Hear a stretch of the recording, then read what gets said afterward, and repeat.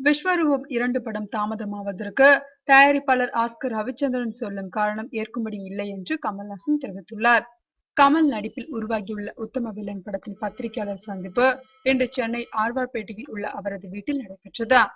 விஸ்வரூபம் 2 அப்போது கமல் நடிப்பில் உருவாகியுள்ள விஸ்வரூபம் படத்தின் 2ஆம் பாகம் வெளியாவதில் ஏன் இவ்வளவு தாமதம்? தயாரிப்பாளர் ஆஸ்கர் ரவிச்சந்திரனுக்கும் உங்களுக்கும் இடையிலான கருத்து வேறுபாடு காரணமா என்று கேள்வி எழுப்பினர். இதற்கு பதிலளித்த கமல்ஹாசன், எங்களுக்குள் நிச்சயமாக கருத்து வேறுபாடு கிடையாது.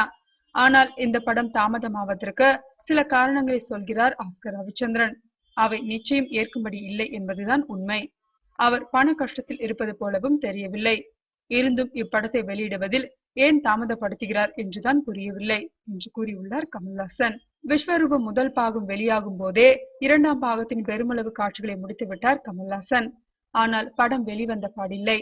அந்த படம் முடிந்த பிறகு அடுத்தடுத்து உத்தம வில்லன், பாபநாசம் படங்களை நடித்துவிட்ட கமல்ஹாசன் மேலும் 2 புதிய படங்களில் நடிக்க பேசி வருகிறார். ஆனால் விஸ்வரூபம் 2 படத்தின் வர்த்தகம் எதிர்பார்த்த அளவு இல்லாததால் தயாரிப்பாளர் ஆஸ்கர் ரவிச்சந்திரன் படத்தை திரும்பி கமலிடமே திருப்பி தந்துவிடும் முடிவில் இருப்பதாக ஒரு பேச்சு நிலவுகிறது.